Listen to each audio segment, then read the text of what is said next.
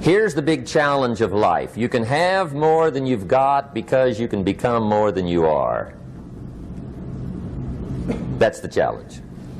And of course the other side of the coin reads, unless you change how you are, you'll always have what you got. I have found in my experience that income does not far exceed personal development.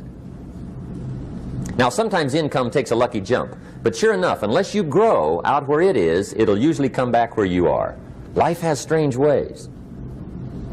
If somebody hands you $1 million, best you become a millionaire quickly, so you get to keep the money. Otherwise, sure enough, it'll disappear.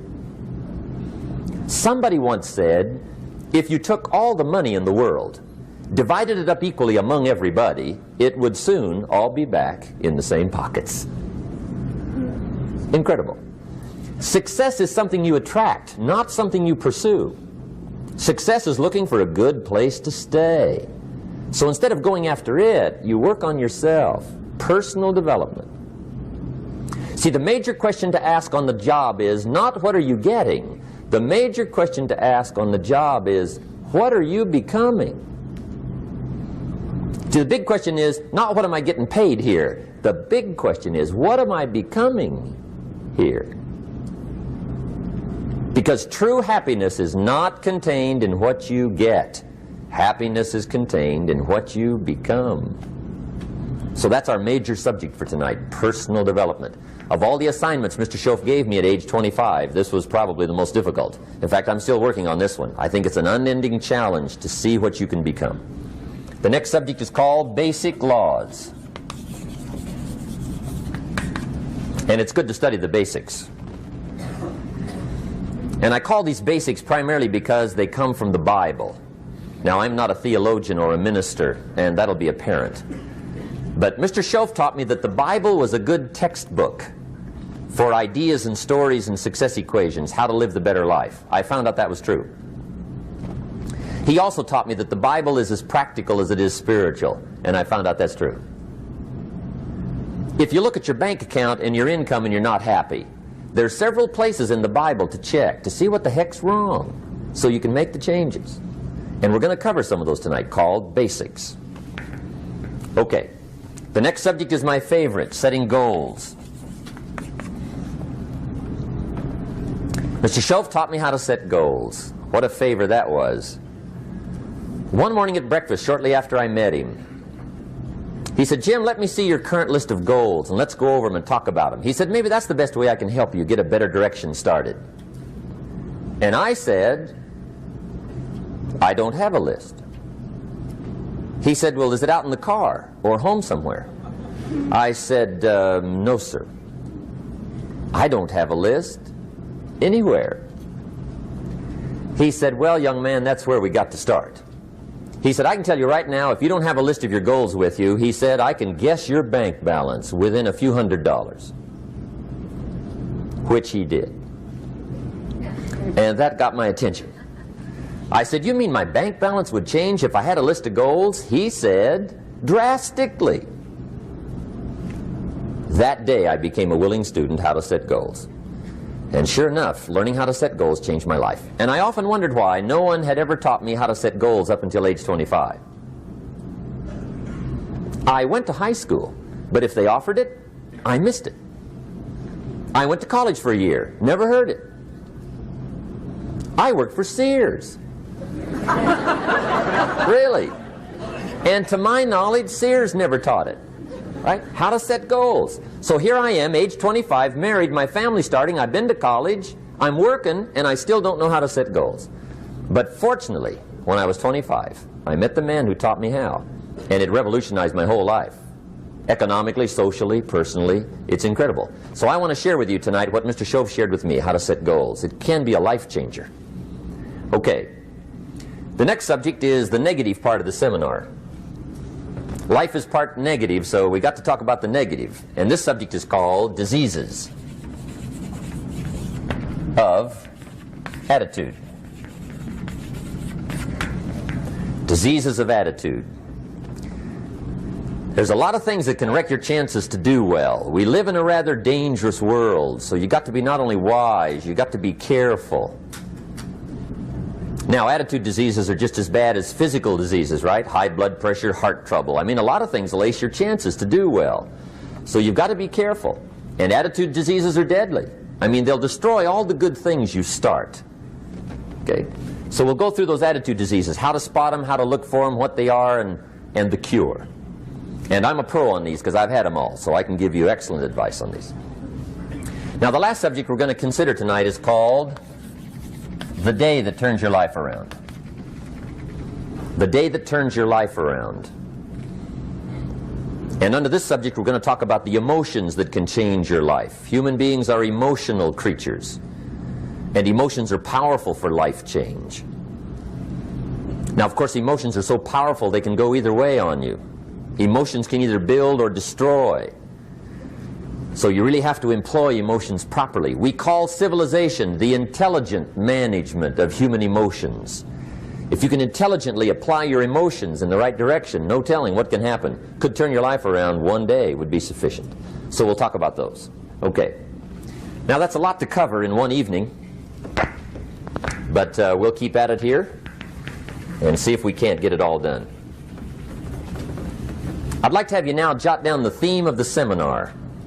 Every seminar should have a theme, I guess. We've got one. It's on some of our literature if you happen to notice it, but if you didn't, for your notes, here it is. The theme of the seminar goes like this: the major key to your better future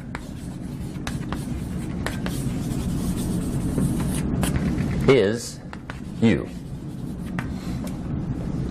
That's the theme of our seminar tonight. The major key to your better future is you. And I'd like to have you underline two words just to give it some added punch. Underline the word major and the word you,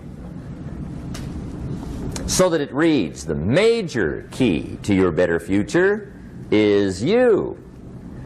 Now, my first suggestion is transfer this to a card or something where you can put it up, where you can see it every day. Preferably put it up where you can see it at the beginning of the day, before you go off to put the day together. This is a good phrase just to glance at, to keep in mind as you're putting the day together. It's called the silent seminar. If you'll just let this talk to you during the day, I found it to be tremendously helpful. The major key to your better future is you.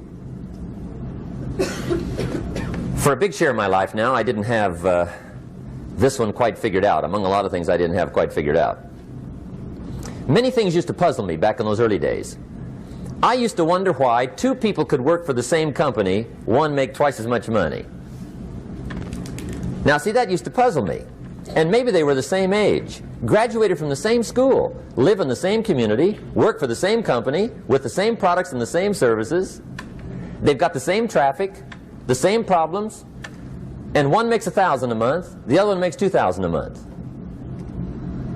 Now that was my puzzling question. Why would this long list be the same and the money twice as much? I asked, what's the difference between $1,000 a month and $2,000 a month? And I don't mean $1,000 a month, right? I could figure that out. But what makes the difference? Why would one person do twice as well, 3 times as well? Speaking economically. Now, I know there's more than one way to do well. I understand that. But in this little narrow area called compensation, what's the difference? Well, back then, with my faulty thinking, I'm trying to reason it out. I thought, well, maybe time makes some of the difference, right? Some people do better because they have more time. I used to say, Harold ought to be able to do well. He's got a lot of time. If I had all of Harold's time, I could do well. Now, that's got to be dumb, right? Number one, you can't get somebody else's time. A guy says to me one time, he says, you know, if I had some extra time, I could make some extra money. I said, then forget it. There isn't any extra time. Hey, when the clock strikes 12 midnight, that about wraps it up, right? I mean, you can look around the gongs there for a little more, but it's over. You say to the guy, what are you doing? He says, I'm looking for extra time. See, they'll come and take you away, right? There isn't any more time. Now, if you can't get more time, which you can't, what could you get more of that would make a difference in economic results? And here's the key word. Make it a part of your notes. We're going to consider it tonight. The word is value. And I have a little phrase for your notes. Value makes the difference in results. Value makes the difference. You can't get more time, but you can create more value. Now here's the first lesson of economics. Everybody should learn it from the time they're old enough to understand what a dollar means, how to earn one, how to get one, how to keep one, what to do with it. First lesson of economics. We primarily get paid for value. That's lesson one. Bringing value to the marketplace, that's how you get paid. You don't get paid for the time. I know it takes time to bring value to the marketplace, but you get paid for the value, not the time. Now, since that's true, here's one of the key questions of the evening. Is it possible to become twice as valuable at the marketplace and make twice as much money in the same time? Could you become 3 times as valuable? Make 3 times as much money in the same time? Is that possible? The answer is yes, if. And it's always if, right? Life is known as the big if. Harry Truman once said, life is iffy. How true. And here's the big if we're going to consider it tonight. It's possible to do much better at the marketplace if you go to work primarily on yourself. And that's the theme of our seminar tonight.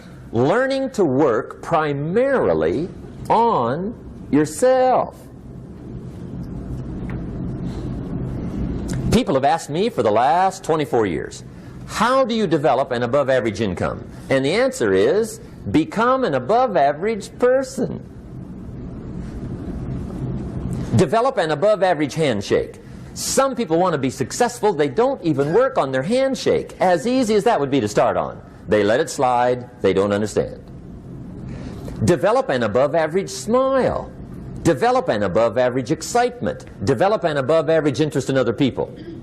Develop an above average intensity to win. See, that'll change everything. Probably one of the most frustrating experiences in life is looking for an above average job with above average pay without becoming an above average person. It's called frustration.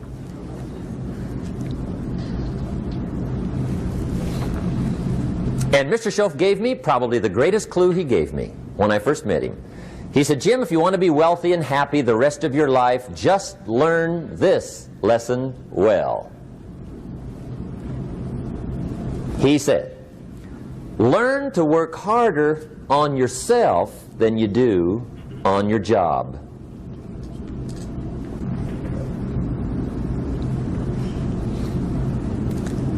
Then Mr. Schoaf gave me probably one of the most important clues among so many things he taught me, but this was in those early days.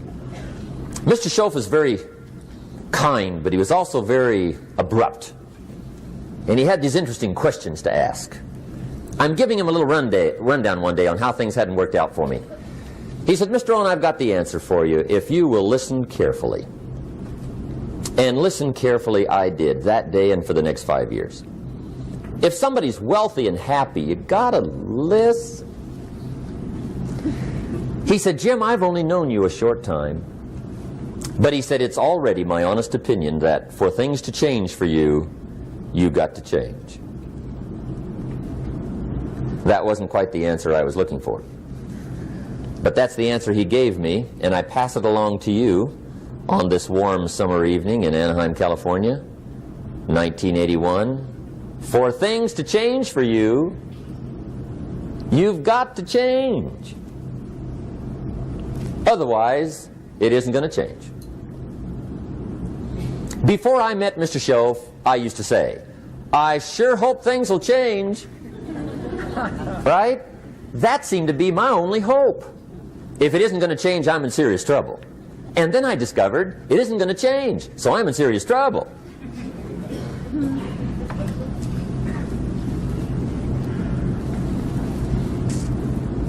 See, I can tell you what the 80s are going to be like. You have dropped into the right place. I did a seminar one time for Standard Oil executives and management in Honolulu. And we're having a conference one day on this big conference table. And one of them said to me, Mr. Rohn, you know some fairly important people halfway around the world. What do you think the 80s are going to be like? I said, gentlemen, I do know the right people. I can tell you. So they all listened very carefully. And I said, gentlemen, based on my wide experience, I can really honestly say to you, in my opinion, in the 80s, it's going to be about like it's always been. Aren't you glad you came? That's inside. I don't pass that around just everywhere. Now, of course, I said that to make a point, but I also said it because it's accurate. It's going to be about like it's always been. It isn't going to change. The tide comes in and then what? It goes out. For 6,500 years that we know of, recorded history, and probably long before that. So it is not going to change. It gets light and then what? It turns dark. 6,500 years. See, it's not likely to change. And we're not to be startled by that. And if the sun goes down, the guy says, what's happened, what's happened? It means he hasn't been here long, I guess, right? It always goes down about this time. The guy says, well, I don't like that arrangement. Well, you got to talk to somebody besides me, right? It gets light, then it turns dark. In rotation, the next season after fall is what? Winter. Pray tell, how often does winter follow fall? Every year regularly for the last 6,500 that we know of. See, it is not going to change. Now, some winters are long, and some are short, and some are hard, and some are easy, but they always come right after falls. It isn't going to change. Sometimes you can figure it out, sometimes there's no way to figure it out. Sometimes it goes well, sometimes it gets in a knot. Sometimes it sails along, sometimes it gets in reverse. See, that's not going to change. The last 6,000 years reads like this: opportunity mixed with difficulty. That's how it reads. It isn't going to change. The man says, well, if it isn't going to change, how will my life ever change? Answer, when you change. And whether I'm talking to high school kids or business executives, my message is always the same. And it goes like this: the only way it gets better for you is when you get better.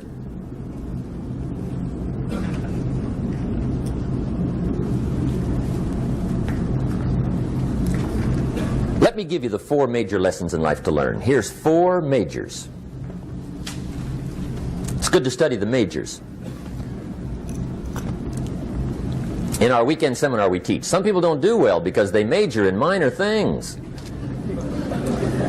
You've got to be on the lookout. At the end of every week, end of every month, you've got to check, make sure you're not spending major time on minor things. We go through that whole series. Majors and minors. Now, let me give you 2 phrases before we get to the 4 majors. This will set it up and you'll see where I'm going. 2 key phrases for your notes. Here's the first one. Life and business is like the changing seasons. That's the first phrase. Life and business is like the changing seasons. One of the best ways to describe life, it's like the seasons. Frank Sinatra sings, life is like the seasons. Now here's the second phrase. Very important. You cannot change the seasons, but you can change yourself. You can't change the seasons, but you can change yourself. And see, that's how life gets better for you, not by chance, but by change. Now, here's the 4 major lessons in life to learn. I've got my first book finished, came out a couple of weeks ago. This is in it, the 4 major lessons in life to learn. Here they are. Number 1, learn how to handle the winters. That's lesson 1. They come right after falls, with regularity.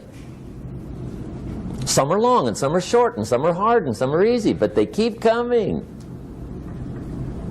You must learn to handle the nights. They come right after days. You must learn to handle difficulty. It comes right after opportunity. You must learn to handle recessions. They always follow progressions for the last 6,000. See, it isn't going to change. The lesson you must learn is how to handle it. And there's all kinds of winters, right? The winter when you can't figure it out. The winter when it all goes smash. The winter when it turns belly up. The winter when it won't work, when you've run out of money and you've got a broken heart. See, those are winter times. There's all kinds. Economic winters, social winters, personal winters. When your heart is smashed in 1,000 pieces and the nights are unusually long, your prayers seem to go no higher than your head. It's wintertime. Barbra Streisand sings, "It used to be so natural to talk about forever, but used to be's don't count anymore.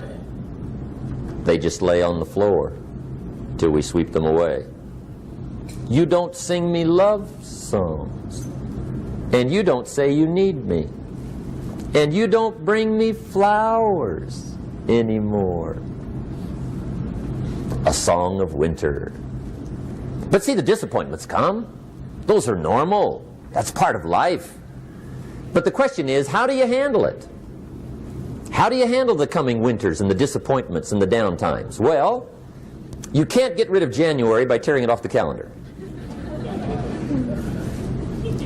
But here's what you can do. You can get stronger, you can get wiser, and you can get better.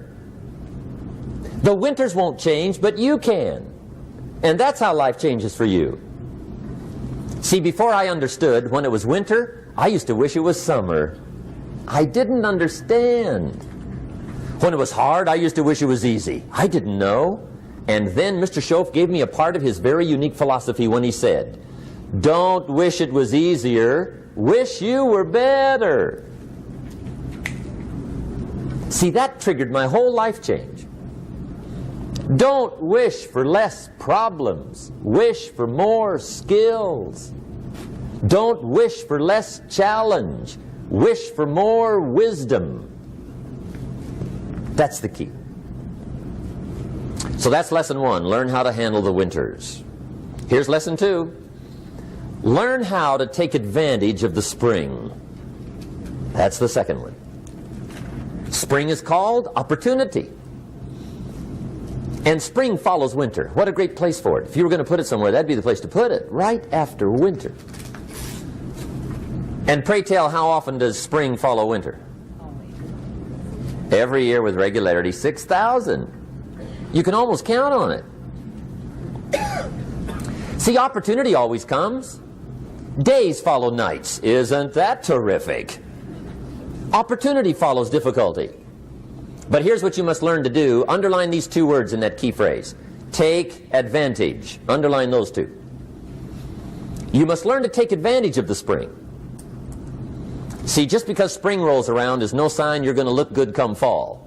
You got to do something with it. In fact, you have to get good at one of two things in life. Planting in the spring or begging in the fall. Or get somebody to do it for you. See, those are about the only alternatives. Now here's what else you must do. Take advantage of the springs quickly, because there's only a few. Just a handful of springs have been handed to each of us.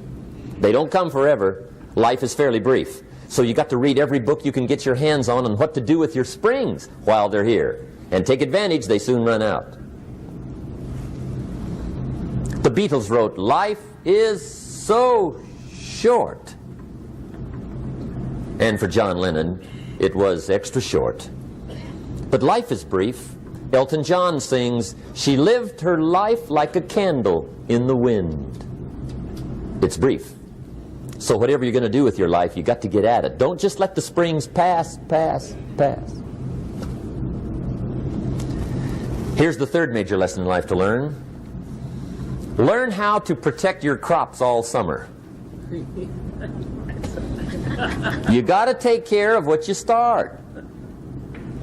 Sure enough, as soon as you've planted your garden in the spring, the busy bugs and the noxious weeds are out to take it. And here's the next bit of truth. They will take it unless you prevent it. And that's the third major skill to learn. You've got to learn to prevent the intruder from taking all the good you start. It's one of the challenges. Here's two key phrases under number 3. First one, all good will be attacked on this planet. Maybe not the next one we get to, but on this one, all good will be attacked. Every garden will be invaded. Not to think so is naive. And here's the second phrase. All values must be defended. Political values, social values, community values, family values, marriage values, friendship values, business values. Every garden must be tended all summer. Third major lesson. Now here's number 4. Fourth major lesson in life to learn. Learn how to reap in the fall without complaint. Learn to reap come harvest time without complaint.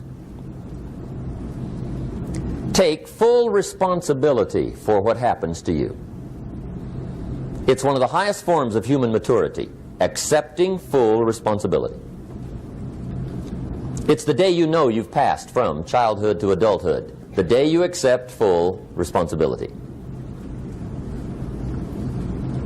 And another note, learn to reap in the fall without apology. Without apology if you do well, and without complaint if you don't. That's maturity. I used to have that long list of reasons why I wasn't doing well. To explain. You got to explain, right? Otherwise you're going to look bad. I used to have this funny list called Reasons for Not Looking Good.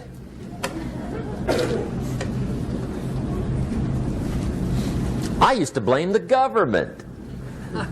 I mean, you can believe that or not. It was at the top of my list. I had a lecture second to none. The government. That was on my list.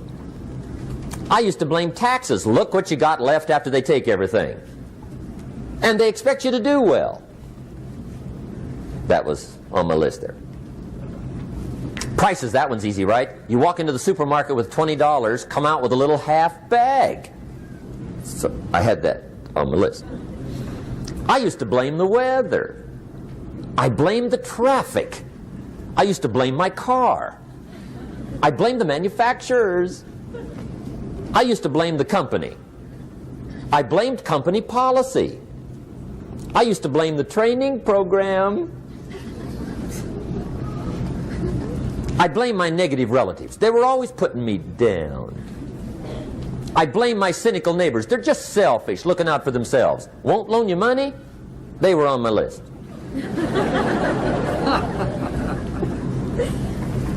I used to blame the economy. I blamed the community. That's a pretty good list for not doing well, isn't it? I thought it was good. I'll never forget one day, Mr. Schoaf was very kind, but he was also very blunt. And this was no exception. And I'm glad he was blunt. There's a lot of things I'd have missed if he hadn't have been blunt. One day, with sort of a curious look on his face, he said, "Jim, just out of curiosity, tell me, how come you haven't done well up until now?" Excellent question. I thought, well, so I won't look too bad, I'll go through my list. And this list I just gave you, I put that on him. And he was very patient. He let me go through the whole thing, the government, the weather. I went through this whole thing. When I finished, he looked my list over very carefully. He said, "Mr. Rohn, big problem with your list. You ain't on it." How brilliant.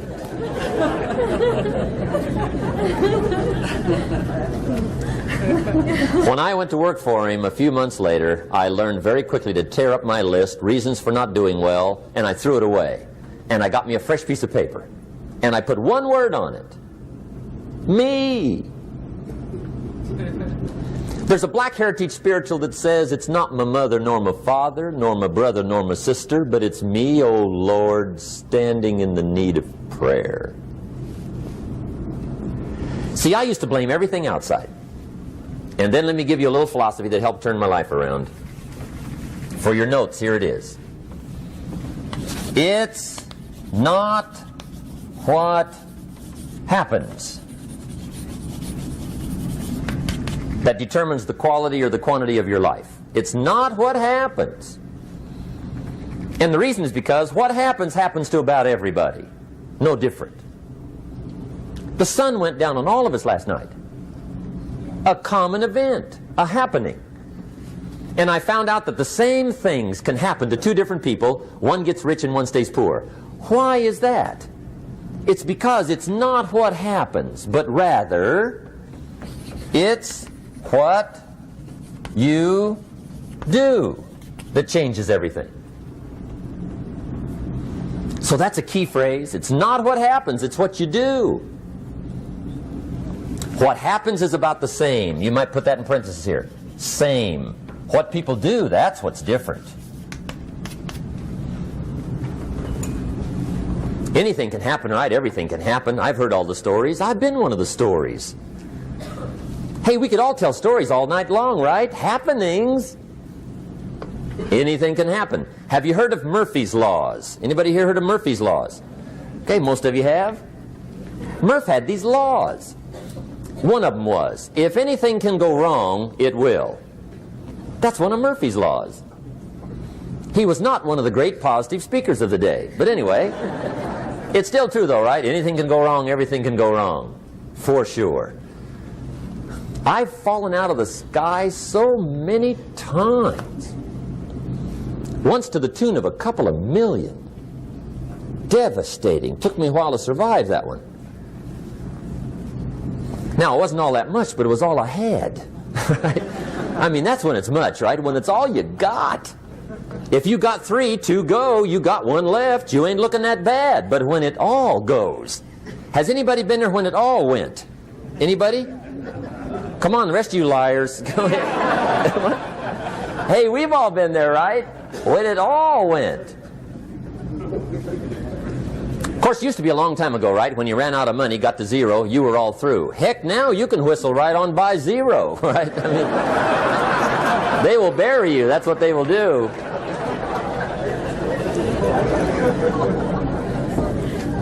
But see, those are the happenings, right? Everything can happen. Anything can happen. But it's not the happenings. It's what you do about it. Somebody says, yeah, but you don't understand the disappointments I've had. Come on. Everybody's had their share. Disappointments are not special gifts reserved for the poor. Everybody has them. The difference is what you do about them. It's not the weather. I used to blame the weather, and I discovered it rains on the rich. So see, that won't help. 2 men wake up one morning, there's a rainstorm on. One of them looks out his window, sees the rainstorm, and he says, wow, what a storm. With weather like this, they can't expect you to go out and make sales. He stays home. Same morning, the other guy looks out his window, sees the same storm, says, wow, what a storm. But he says, you know what, with weather like this, what a great day to go out and make sales. Most everybody will probably be home. Especially the salesman.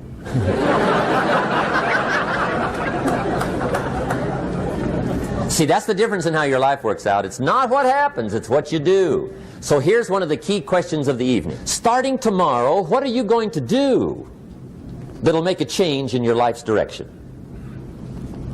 Good question. What are you going to do starting tomorrow that'll make a difference?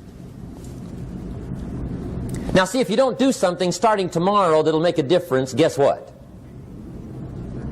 It's gonna be the same. And see, that way you can guess what the next 5 years are going to be like. Look at the last 5. Because the next 5 are going to be like the last 5 unless you, major key, tomorrow, change it all. Or change a little, or change something, or don't change. It's choice time. You can do whatever you want. But it's nice to know any day you wish you can change your whole life. What can you do starting tomorrow that'll make a difference? Good question. What can you do with economic chaos, massive disappointment?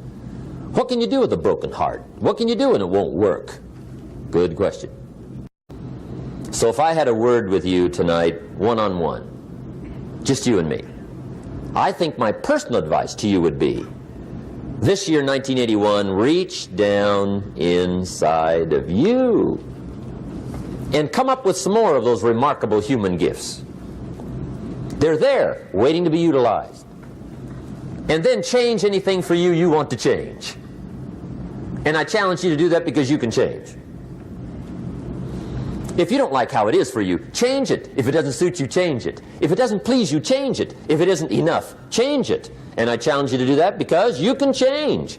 See, you don't ever have to be the same again after tonight, only by choice.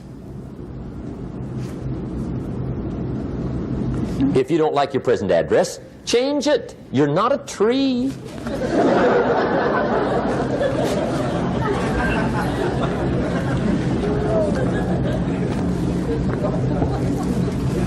Now, let me give you 3 steps to personal development. Let's get down to the nitty-gritty. What does it take to really make the changes starting tomorrow? It takes more than philosophical pronouncement. I know that. It also takes more than enthusiasm. I know we're hearing a lot about enthusiasm these days, but see, that just won't do the job. We're still hearing the old cliches of the 30s, right? To be enthusiastic, you must act enthusiastic. But see, that's not going to help. After you have leaped about, there are some things you got to do, or it isn't going to change. See, you can get all excited about lifting 200 pounds till you get to the gym. And then you need a new excitement. And the new excitement is called discipline. Major step to human progress. Discipline. If there's one thing to get excited over, that's it. Get excited over your ability to make yourself do the necessary things. What could you make yourself do starting tomorrow that would change it all? No! Tell him. Now, see, that's exciting. On any given day, you can massively change the direction of your life. Murder is a clear example that any one person on any given day can forever alter the course of their life. It just happens to be a negative act. But just as sure as you can commit a negative act, you can also commit a positive act and forever alter your life, whenever you wish. Now that's exciting. And whatever that act might be that changes your life. The guy finally takes a shotgun to his car and blows out every window, destroys every tire, puts 100 rounds in this shabby old thing. And he says, I have driven this embarrassing thing for the last time. And not only will I never drive it again, nobody else will ever drive it again. And he lets that shuddering thing stand there for a while as a monument to the day he said, today my life changes. Now who can do that? Anybody. When can you do it? Whatever day you pick.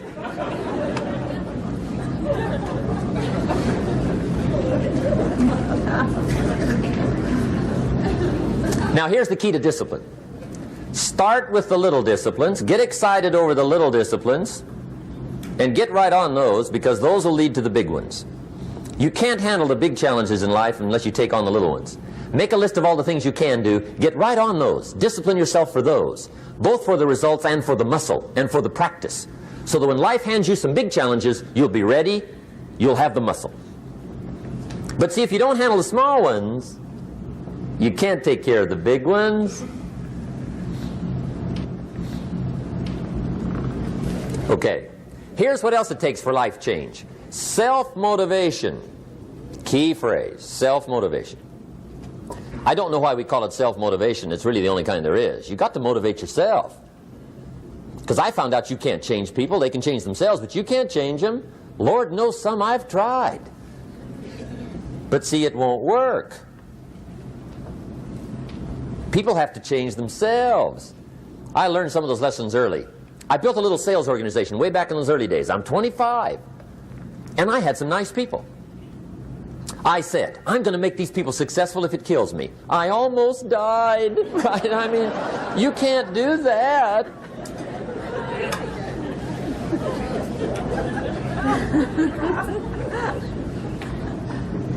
See, I've discovered this. Good people are not trained, they're found. You find good people. You don't make them good, you find them good. Training really is for the purpose of finding good people. You don't need much instruction for a good person. Too much training probably means you got the wrong people.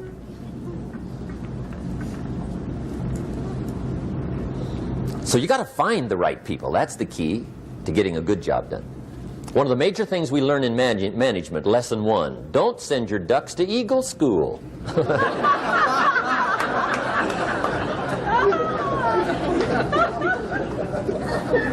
Because it won't help. I mean, I'm telling you, it won't help, no matter how good your school is. And the little eagle badge and little eagle hat, I'm telling you, it won't help. It won't help. You can tell whether your school's done any good, right, is when it's over, right? The duck goes for his first rabbit and makes him a friend. You say, no, no, no. Anyway, so it takes self-motivation to really alter your life. And you don't want to give self-motivation away to somebody else and make it somebody else motivating you. The guy says, boy, if somebody just come by and turn me on. What if they don't show up? Right? See, you got to have a better plan for your life. Okay.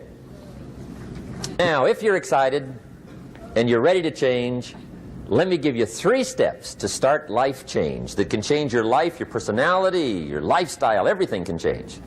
Here's the steps. Number 1, find out how things work. The first key to doing better is find out. To change your life, really, you need ideas. There isn't anything an idea can't change. And Schoff taught me the major problem is lack of an idea, not a problem. At first I didn't have any money. I said to Mr. Schoff, I don't have any money. He said, that's not a problem. Now see, up until then I always thought it was. Right? I was confused. He said, no, no, the problem is lack of an idea on how to create money and wealth. It isn't lack of money, it's lack of ideas. So if you get the ideas, see, you can change anything. Now to get ideas, you need a constant study of finding out. Now Schoff also said, when you find out something that works, put the information in your journal. Don't use your head for a filing cabinet. Put it in your journal so that you can do the next best thing. Repetition, repetition, repetition. Go over it. And if you repeat it, go over it, sure enough, someday, some mysterious day, the idea takes root, starts to grow, and shows up in your bank account, and your dress, and your personality, and your lifestyle. But capture the ideas in your journal. Find out how things work. Schoff gave me this word for my life change. He said, study. Great word. If you wish to be successful, study success. If you wish to be happy, study happiness. If you wish to be wealthy, study wealth. Don't leave it to chance. Make it a study. Some people just go through the day with their fingers crossed. See, that won't do it. You've got to study the things that can change your economic, social, spiritual, personal life. Now here's a qualifying phrase. And we'll have several of these qualifying phrases throughout the seminar. Here's the first one. You may not be able to do all you find out. I understand that. You may not be able to do all you find out, but you should find out all you can do. See, you don't want to wind up at the end of your life and discover that you've lived only 1/10 of it. And the other 9/10 went down the drain. Not for lack of opportunity, for lack of information. So that's number 1, find out how things work. Now here's the best human virtue for finding out, curiosity. Make a note of that. Curiosity. Be curious. You might add a word to it that'll help. Childish curiosity.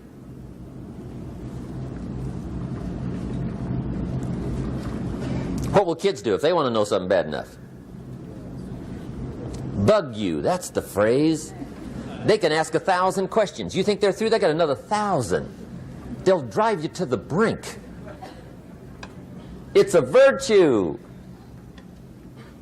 when you got to know. Be like a child. In fact, Jesus, the master teacher, said, unless you can become like little children, you might as well forget it. You don't have a prayer. Excellent advice. You got to be like children. 4 ways, in my opinion, to be like a child. Number 1 is curiosity. Number 2 is excitement. Get excited like a child over your ability to make yourself do anything for change. 3rd is faith. Have faith like a child. Adults are too skeptical.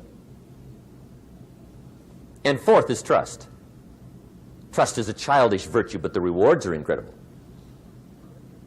So be like a child. Now, if you're curious, let me give you 3 ways to find out how to change anything. Any life direction, any dimension. Here's 3 ways to find out how to change anything. Number 1 is to read. Become a good reader. All of the successful people I know and work with around the world, they're all good readers. Curiosity drives them to read. They got to know. They just read.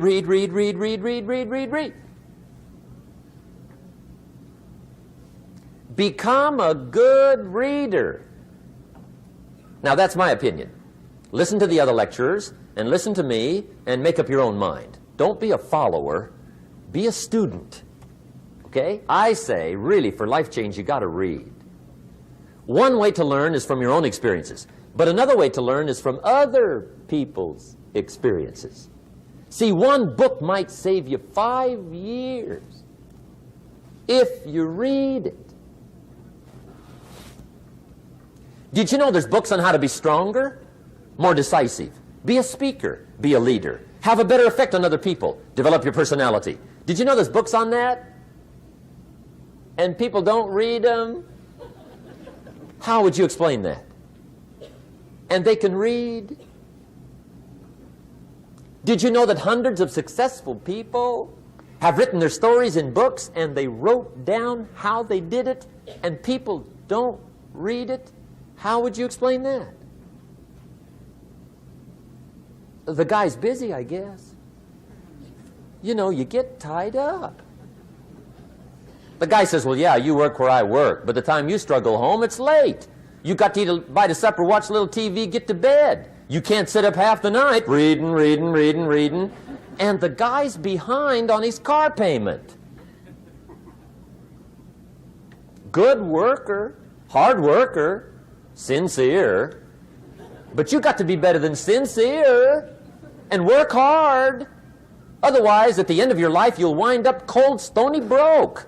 You got to be better than a good worker. You got to be a good reader. The whole world is governed by laws. The universe, in fact. Laws. We call it the law of electricity. We call it the law of gravity. There's mathematical laws. There's physical laws. Speed and velocity laws. Agricultural laws. There's all kinds of laws. Now that we find ourselves on the spinning planet, you just have to learn what I call the setup. Learn the setup.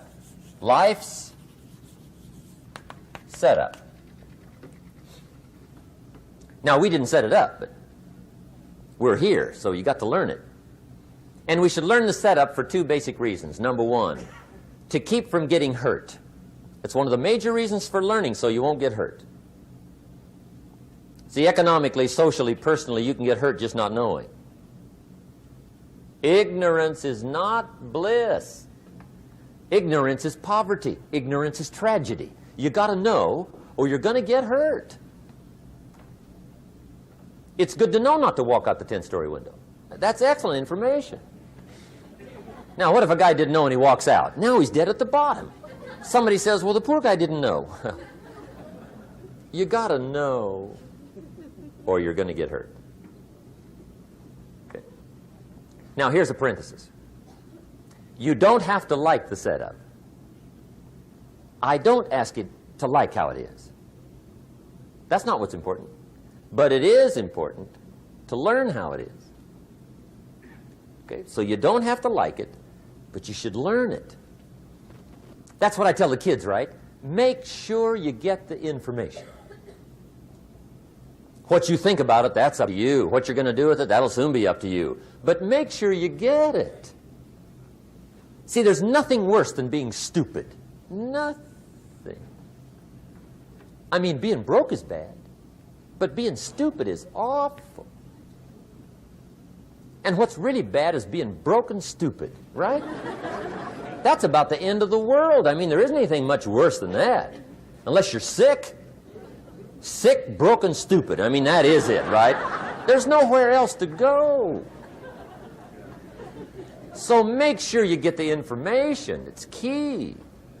You don't have to like it, but learn it.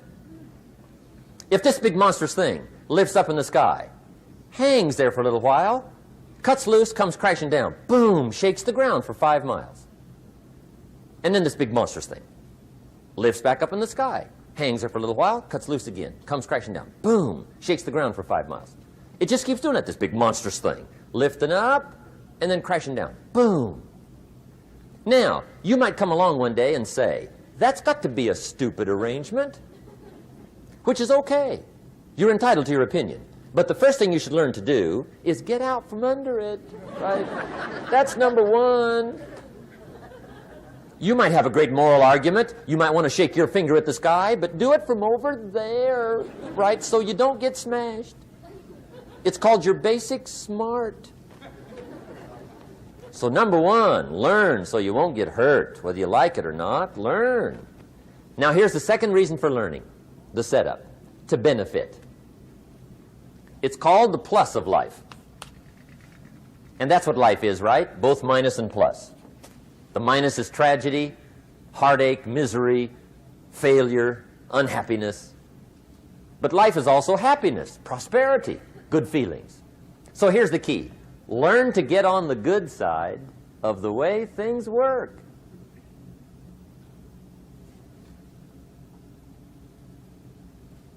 Now, here's 2 of the basic laws, and we'll take our break. Schoaf taught me these. They come from the Bible. Now, again, I'm an amateur, okay? When it comes to the Bible, I'm not a pro. So you'll sort of have to take my way of putting it. But here they are. The first one is the law of use. The law of use. And it goes something like this. Whatever you don't use, you lose. Lack of use causes loss.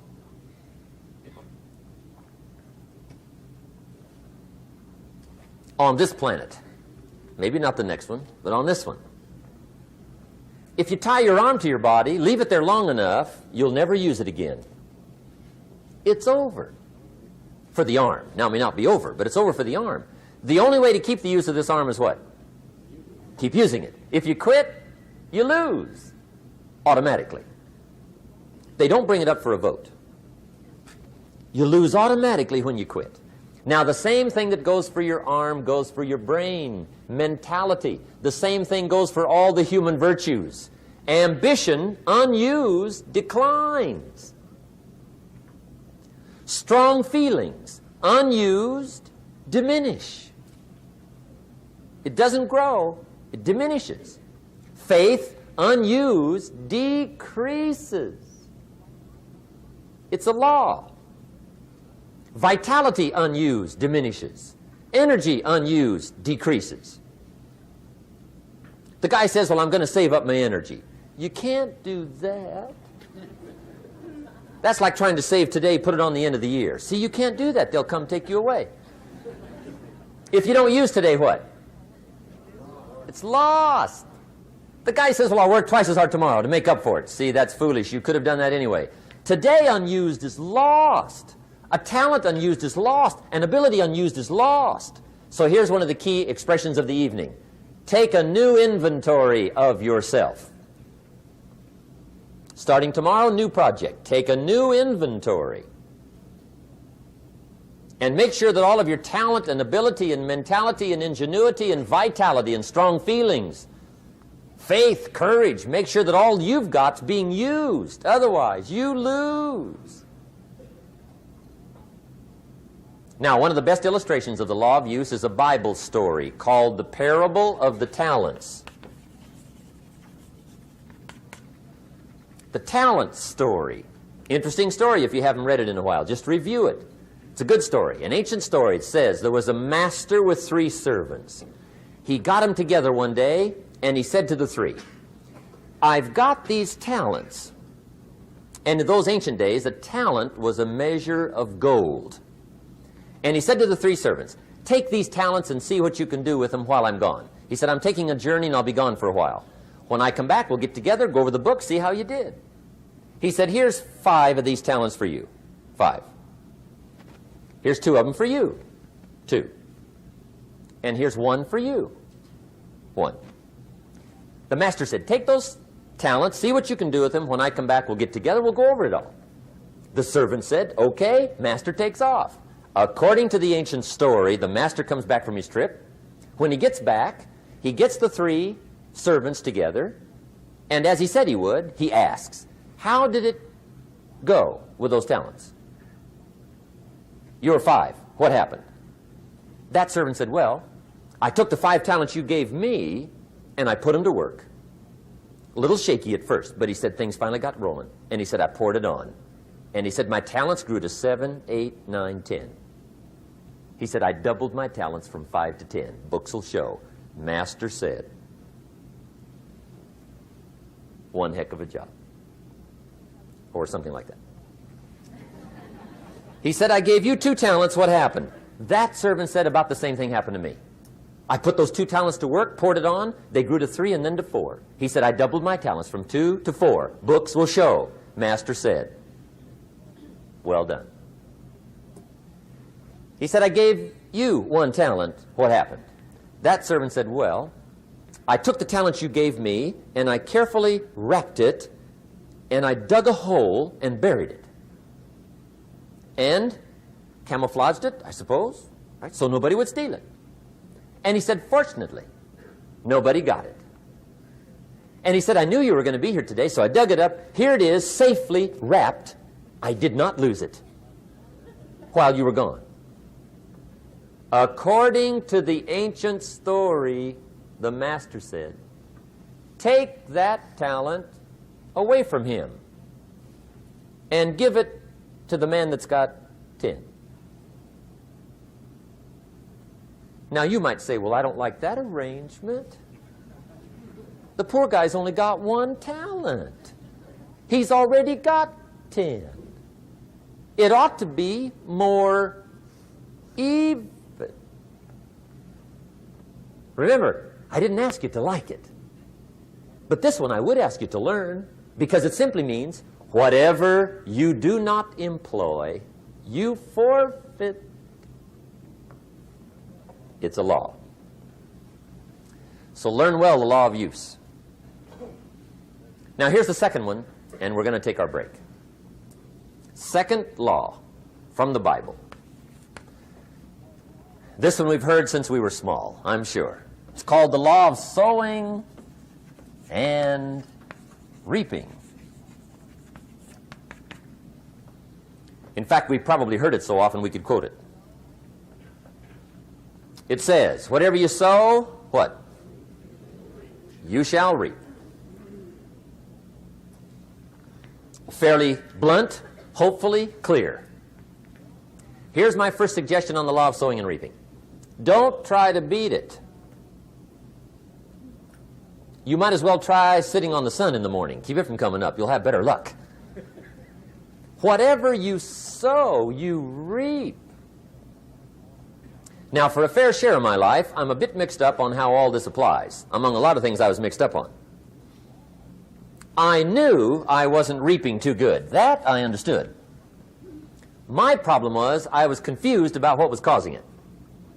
Remember me with the funny list? I thought those are the reasons why it isn't working out well.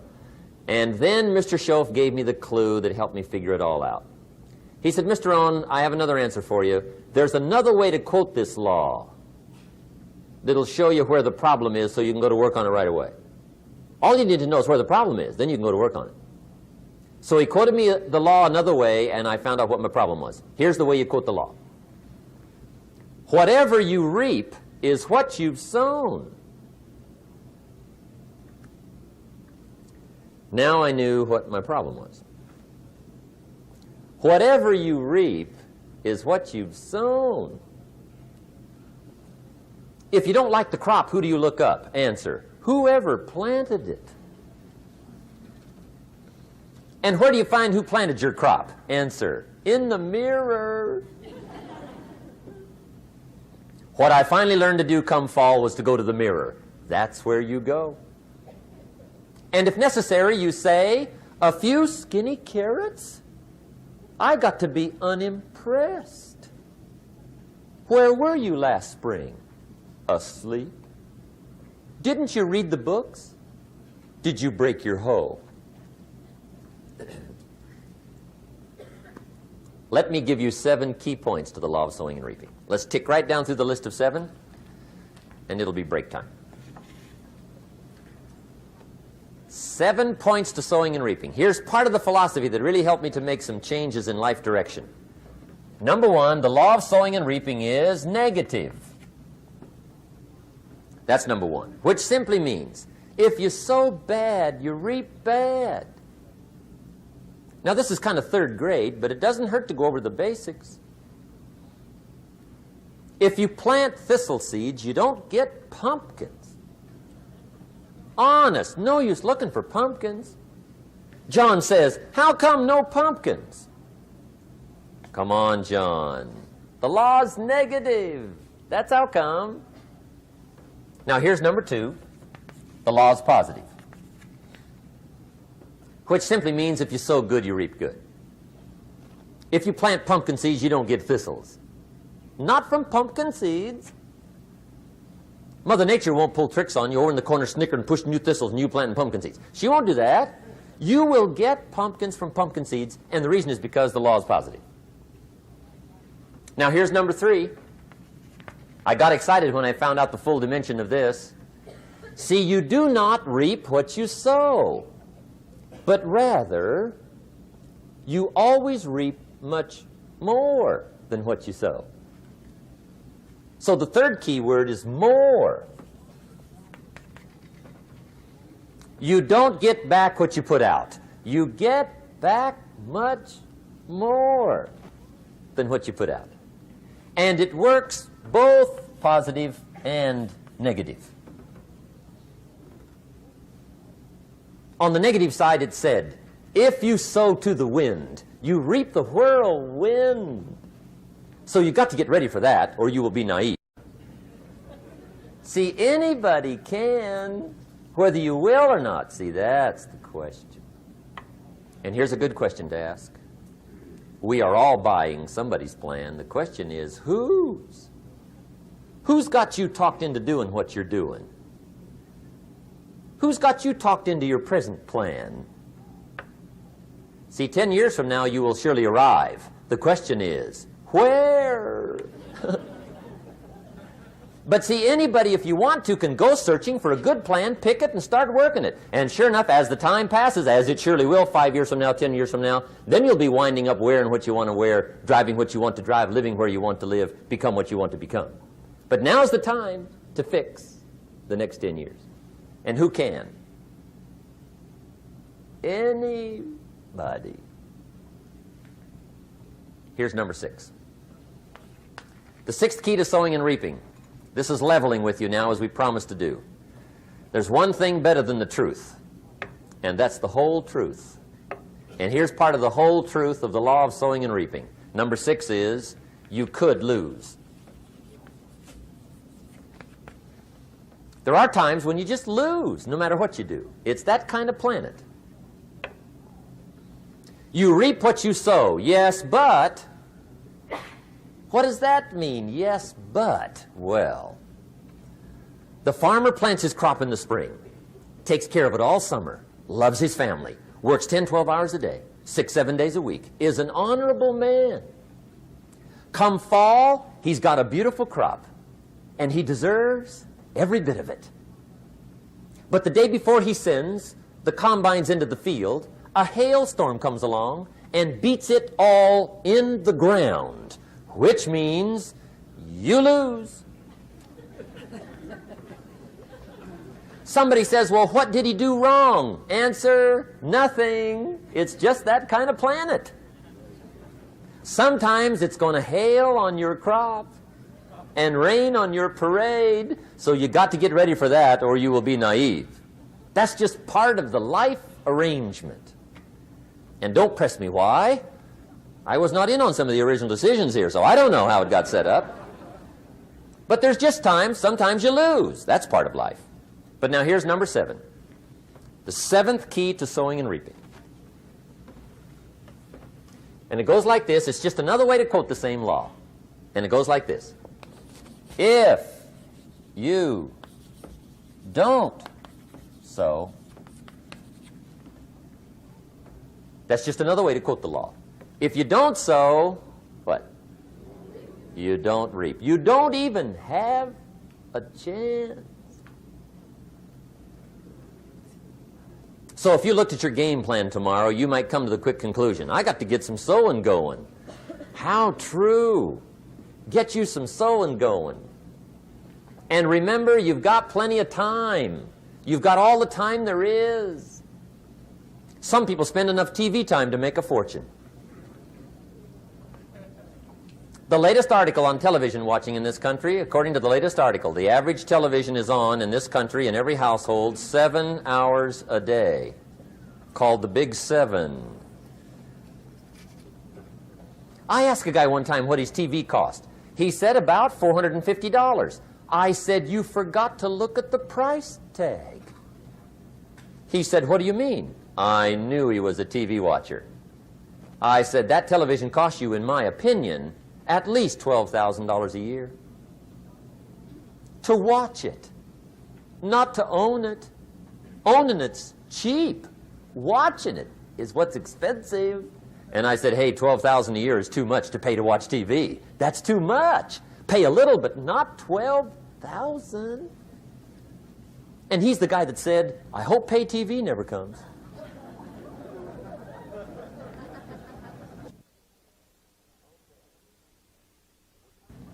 Okay. We're trying to cover an awful lot tonight. I realize that. But my time schedule is such that we just have to sort of give it all to you and let you sort the rest out. I wish we had plenty of time for questions and answers and that whole thing, but our time is just limited. But we are trying to go through an awful lot. I realize that. But looks like everybody's getting it. This is about the note-takingest crowd I've seen in a long time. Incredible. Does anybody have 5 pages yet? Anybody? Oh, fantastic. Incredible. Okay. Maybe you heard the story about the preacher down in Texas, southern part of the country. He was an evangelist back in the horse and buggy days. And he was very good at being an evangelist, and a lot of people used to come and hear him preach.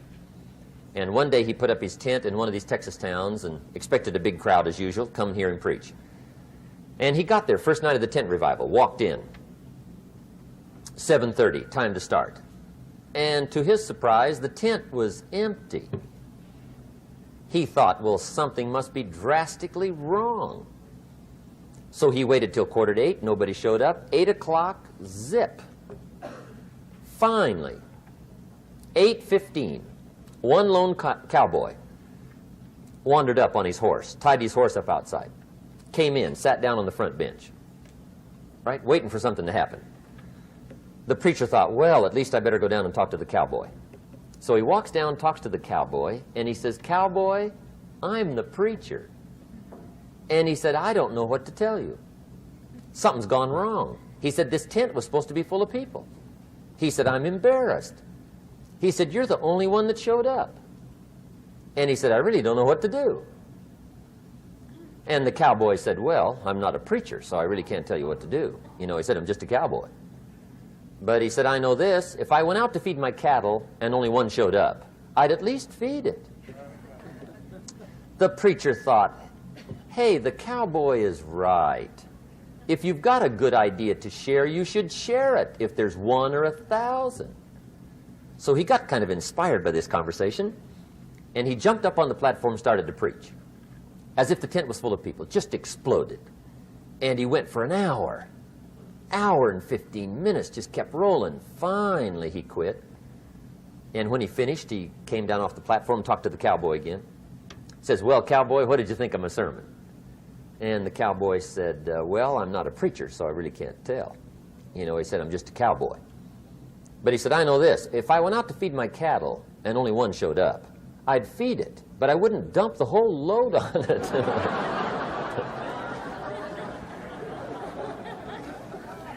So anyway, if it seems like we're dumping the whole load tonight, I guess we are. But gosh, everybody's doing well. I'm having a good time. I appreciate the response here tonight. Okay, the next subject is setting goals. Let me show you what turned my life every way but loose. Mr. Schoaf dropped this idea on me, changed me completely. Setting goals. Here's what can easily happen if you don't set goals. It's easy to let life deteriorate into making a living instead of designing a life. And we all have a choice: make a living or design a life. It's easy to get trapped by economic necessity and settle for existence rather than substance. That's easy. But the best advice I can give you on how to break out of that trap is to learn how to set goals. Mr. Schoaf put it to me this way. He said, Jim, if you had enough reasons, you could do the most incredible things. I never forgot how he put that. If you have enough reasons. See, reasons will change your whole life. Mr. Schoaf said to me, he said, Mr. Rohn, I think you've got plenty of intelligence, you've got plenty of talent, you've got plenty of ability. Probably what you lack is plenty of reasons. He said, I don't think your current bank balance is a true indication of your level of intelligence. I was happy to hear that. He said, I think you're much smarter than your present bank balance indicates. And that turned out to be true. I was much smarter. But of course my first question was, well then why isn't it bigger? And he said, you don't have enough reasons. You've got enough intelligence, but not enough reasons. So see, reasons can change your life. Here's what else I found out. Reasons come first, answers come second. You don't get the answers to do well till you get the reasons. Life has a mysterious way of hanging on to all the answers and only gives them up to the people that are inspired by reasons. So reasons make the difference in how your life works out. Now, what are some of the reasons for doing well? Let's go through a quick list called Reasons for Doing Well. First is personal reasons. Some people do well for recognition. Some people do well for respect. Some people do well for the way it makes them feel. They love the feeling of being a winner. Those are good reasons. I have some millionaire friends that keep working 10, 12 hours a day, making more millions. And it's not because they need the money. It's because they need the joy and the satisfaction and the pleasure that comes from being a constant winner. And see, it's not just the money anyway. It's the journey, not the money. Once in a while somebody says to me, boy, if I had $1 million, I'd never work another day in my life. That's probably why the good Lord sees to it they don't get their million, right? They'd quit. They'd quit. Okay. Next is family reasons. Some people do extremely well for other people, and that's powerful. Human beings can greatly affect each other. Sometimes we will do things for somebody else we will not do for ourselves. We're made that way. I met a man one time who said, Mr. Rohn, to do all the things I want to do with my family around the world, he said, I got to have at least $250,000 a year. I thought, incredible. Could a guy's family affect him that much? And the answer is, of course. How fortunate are the people that find themselves greatly affected by somebody for personal achievement. And we are affected. The writer of a recent song said, "If not for you, the winter would hold no spring, couldn't hear a robin sing. I just wouldn't have a clue if not for you." So we can be affected. That might be one of the most stimulating reasons to do well, finding somebody. When Andrew Carnegie died, the wee little Scotsman that built the big steel industry, when he died, they opened up his desk, and in one of the desk drawers, they found a slip of paper. On that piece of paper, Mr. Carnegie had written his goal for his life, and he wrote it when he was in his 20s. And on that piece of paper, it said, "I'm going to spend the first half of my life accumulating money. I'm going to spend the last half of my life giving it all away." What a goal. He got so inspired by that goal that the first half of his life, he accumulated $450 million. And the last half of his life, he gave it all away. Good question tonight. What's got you turned on? What's got you bombed out of sight to get up early and stay up late and hit it all day? Next question. What's got you turned off? When I found the answers to those two questions, my life exploded into change. I finally found out what had me turned off, and I got that cured. And then I got me a long enough list of reasons to turn me on.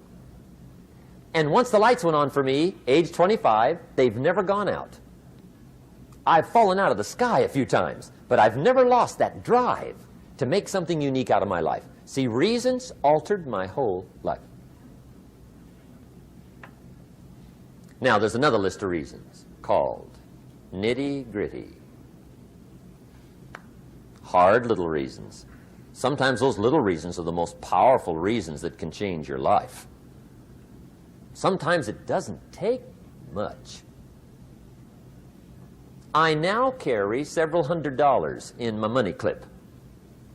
It's only a few $100s, but it was one of those reasons turned my life around.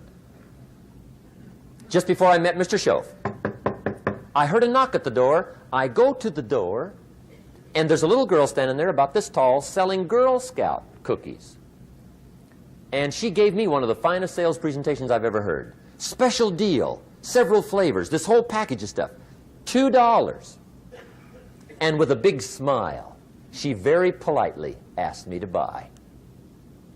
And I wanted to. Big problem. I'm broke. I don't have $2. And to this day, I can remember the pain and the embarrassment. I'm a father. I'm a husband. I've been to college. I'm working. I'm 25. I don't have $2. And I didn't want to tell her that for some reason. So I did what I thought was next best. I lied to her. I said, "Hey, look, I've already bought lots of Girl Scout cookies. I've still got plenty stacked in the house," which was not true. But it seemed to get me off the hook for the moment. She said, "Well, gosh, that's wonderful. Thank you very much." And she went away. When she left, I closed the door, and that was the day I said to myself, I don't want to live like this anymore. I've had it with lying, and I've had it with being broke. I'm never going to let this happen to me ever again. I promised that day I would work as hard as possible and would always carry plenty. It took me a little while, but now I do. It was one of those reasons. And I guess I carry plenty for two reasons. One is the way it makes me feel, but also in case I bump into another Girl Scout selling cookies. Right? I'm ready.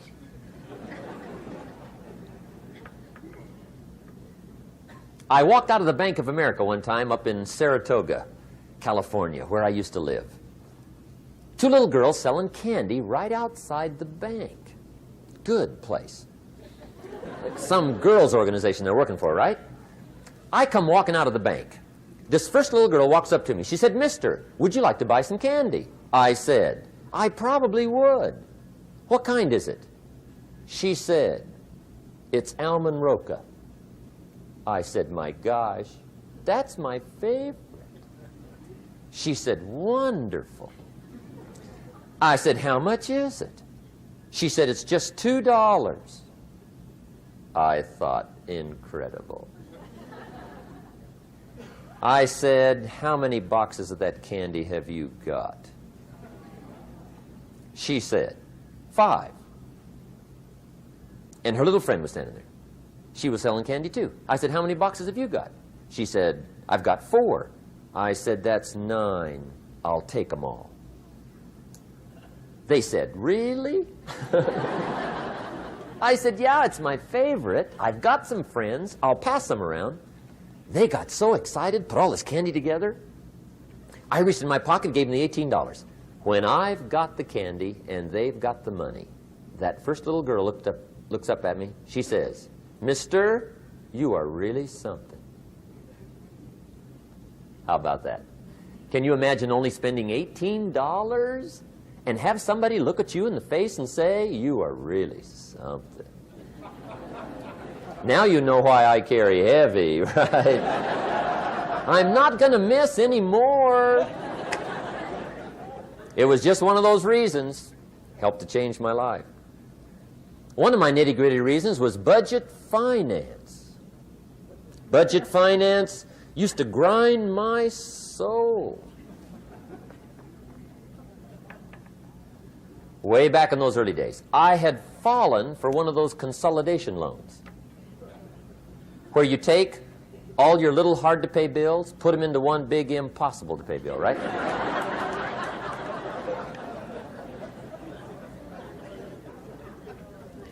I would get 4 or 5 payments behind. This one guy used to call me day and night.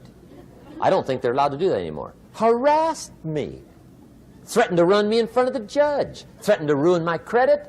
Threatened to embarrass my family. One day he said, "We're going to come get your car, drag it rear end up down the street in front of your neighbors." The guy even called me a flake. And back in those days, I'm broke, I'm pitiful, there's nothing I can do about it. But I never forgot how the guy treated me. And when I met Mr. Schoaf and I got my life straightened out and the money started to flow, that was one of my first projects, budget finance. I poured it on day and night. I finally put all the money together I owed him, which was considerable. I picked a day for the payoff. And when the payoff day came, I put the money in small bills in a big briefcase. And I walked into the budget finance office on Wilshire Boulevard in Los Angeles. The guy who harassed me so often, his desk was about 3 back. I walked right up to his desk, startled him. He wondered what I was doing there. It was the first time I'd been there since I borrowed the money, right? Without saying a word, I opened up this briefcase, dumped this pile of money all over his desk. I said, "Count it. It's all there. I will never be back." And I turned around and stormed out. Now, that might not be noble, but if you haven't tried it, you've got to one time.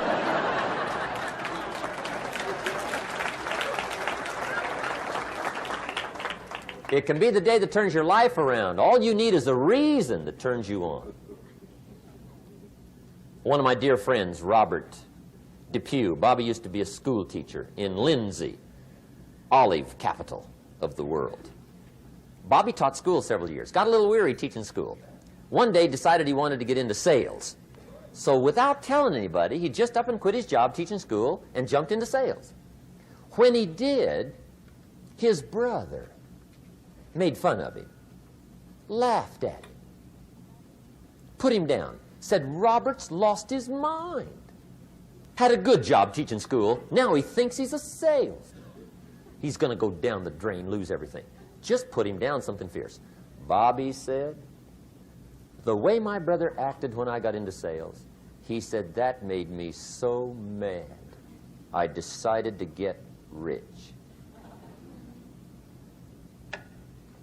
And my question for you tonight is it possible to get that mad? Of course. Wealth is not a matter of intelligence. It's a matter of inspiration. Today, Robert happens to be one of my millionaire friends. Bobby's rich.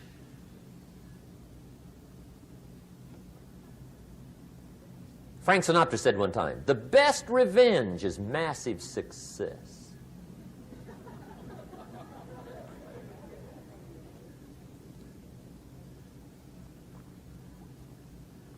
Hey, get you a long enough list of reasons so that after tonight you never lack for inspiration. You might not have all the answers right away, but you can get the answers if you can get the reasons.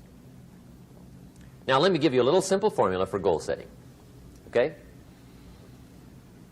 We take 2.5 hours on the weekend for the whole 10-year plan. We don't have time for that tonight. But let me get you started with a little simple formula Mr. Schoaf gave me. And maybe this will be helpful. First of all, I've divided goals into 2 parts. First is long range. Long range goals. That's your dreams. Your dreams for the next 3, 5, 10, 20, 30, 40 years. Actually, the rest of your life. Your dreams. You've got to keep dreaming. Ronald Reagan, president, said to the joint session of Congress a few weeks ago, the Republic is a dream. And if we don't keep dreaming, we will lose the Republic. Your better future is a dream for yourself and for your family. Where do you want to go? What do you want to do? What do you want to be? What do you want to see? You've got to dream dreams. There's a Bible phrase that says, without dreams and visions, people perish. You've got to have something to go for that inspires the heart and the soul. Dreams. From the children of Sanchez, it says, take the crumbs from starving soldiers, they won't die. Take the bread from hungry children, they won't cry. But without dreams, we all will die. You've got to dream. Don't lose your dreams for yourself, for your future, for your family. The dreams of love and enterprise and travel and doing things, becoming something unique on your journey here. Don't lose your dreams. Do some dreaming. That's long-range goals. You've got to have those. So that's number 1. Here's the second part of goals, short range. Short-range goals. That's your goals for tomorrow, this week, this month, this year, the immediate future. We call these confidence builders. Because if you set up something short-range, go for it. Get it. Latch onto it. Work hard. Accomplish it. That starts building your strong feelings to go for your dreams. Now, I've divided goals into 3 categories. Here they are. Number 1 is economic. That's your goals for money, income, business, profits, production. Economics. Make sure you've got your economics well planned. Economics plays a major role in everybody's life. Economics is major, which means it ought to be meticulously well planned for tomorrow, this week, this month, this year, long range. What if you asked somebody tomorrow if you could see their meticulously well-planned list of economic goals? What would they probably say? They say, you some kind of a nut?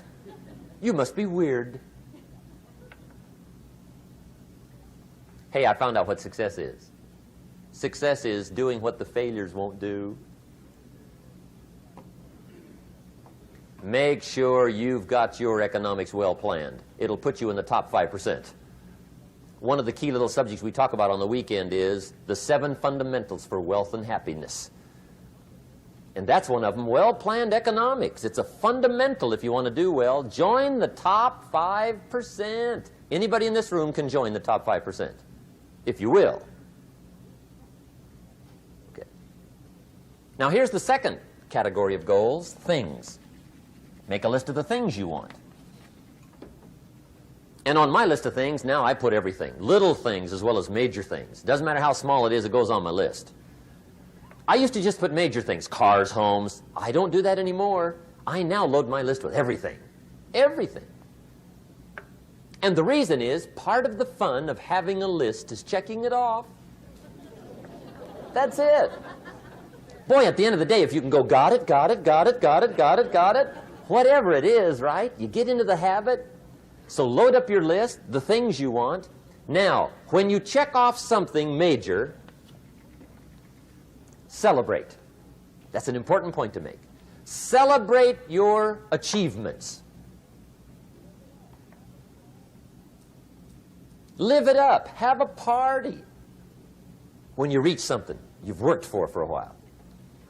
See, we all grow from 2 experiences. One is called the pain of losing. The other one is called the joy of winning.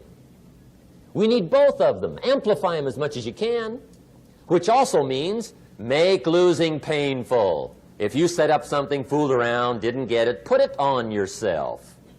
On the other side, if you did get it, congratulate yourself. Self-congratulations is a sign of maturity.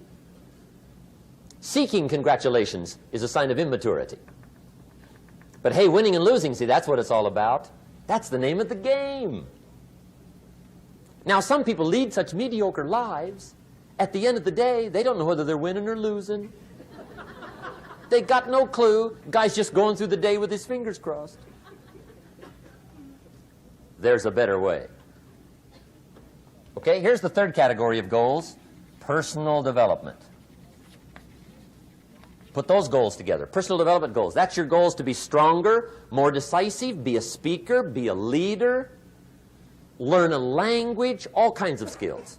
Okay? The whole weekend seminar was designed to improve all your skills so that you walk away more skillful. And that's what you want, the personal development skills. That's what attracts, that's what brings good things to your life, the person you become more skillful. Now, this is quite a package to work on. Economics, things, personal development. For tomorrow, this week, this month, this year, long range. Okay? That'll get you started. Now, here's the simple formula for setting goals. It goes like this. A, work on your goals. That's step 1. Work on them. And I put the word work there deliberately. Setting goals is plain hard work. I don't want to kid you. We haven't come here tonight to kid each other. It's work. I know it's work. That's why a lot of people just let it slide. It's work. Many people work hard on their job, but they don't work hard on their future. They just let that slide. And the work involved is making plans. I know most people don't. I understand that, but don't let that be you. Guy says, well, yeah, you work where I work, but the time you struggle home, it's late. You've got to eat a bite of supper, watch a little TV, get to bed. You can't sit up half the night. Plan, plan, plan. And the guy's behind. Good worker, hard worker, sincere. But you've got to be better than sincere, working hard. You've got to be better than a good worker. You've got to be a good planner. Somebody once wisely said, the people who fail to plan are planning to fail. Well said. So work on your goals. Here's step 2. Write your goals down. That's so important. I teach my staff around the world, put your goals in your journal. Because one of the major people you want to study is yourself. Say, here's the list of goals I put together 3 weeks ago. Here's the list of goals I put together 2 years ago. Here's some of the changes I made, rearrangement of my priorities. I scratched these off. I put these on. I've gotten these. Study your accomplishments. Study what your desires are. Put them on paper. Write them down. Here's another reason for writing your goals down. It shows you're serious about doing better. And to do better, you got to get serious. You don't have to be grim, but you must be serious. Everybody hopes things will get better. Everybody hopes. Poor people hope. That ought to tell you something. It means the future does not get better by hope. It gets better by plan. I used to have the affliction called passive hope.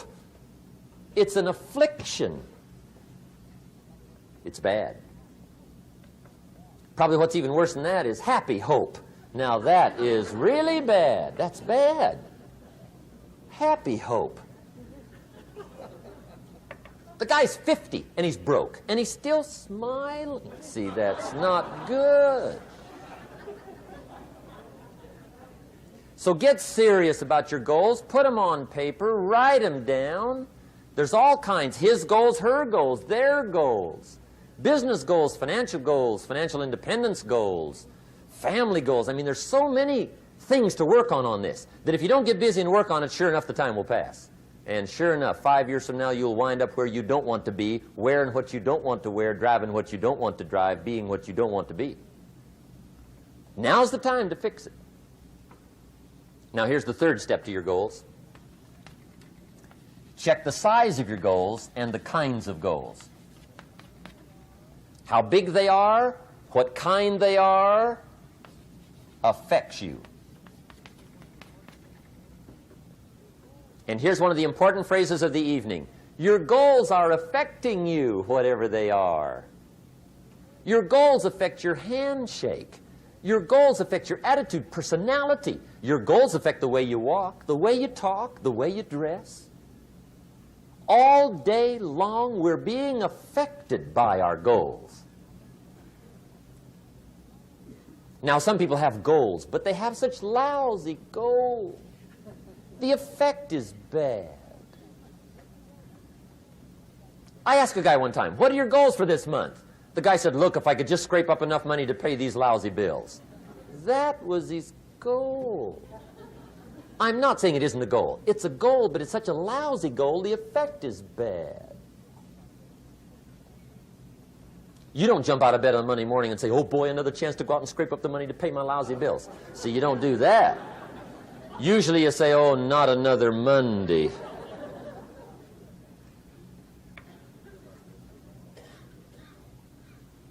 And some people have so given up on life, they have joined the thank God it's Friday club. How sad. Surely those are the same people, when life is over for them, will say, thank God it's over. Let me give you a Bible philosophy that teaches how to get whatever you want. That's the title of the next set of notes. How to get whatever you want. From the Bible. Now again, I'm an amateur when it comes to the Bible. I'm not a pro. But this I can quote, and I think that'll be sufficient. How to get whatever you want. Here's what it says if you're ready. It says, ask,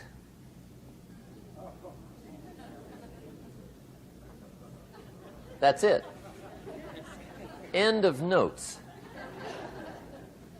Ask.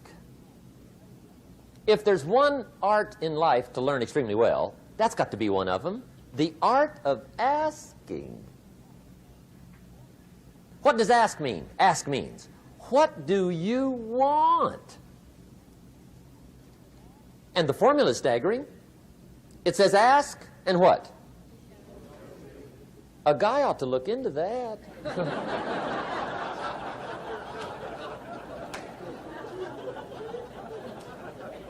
He says, yeah, but you work where I work by the time you struggle home. It's late. You've got to eat a bite of supper, watch a little TV, get to bed. You can't sit up half the night, ask. And the guys be, See, you've got to be better than a good worker. You've got to be a good asker. Now, let me give you 3 key points on asking and receiving. This can do it. Number 1, asking is the beginning of receiving. Asking starts a unique process, mental and emotional. I don't even know how it works. All I know is it works.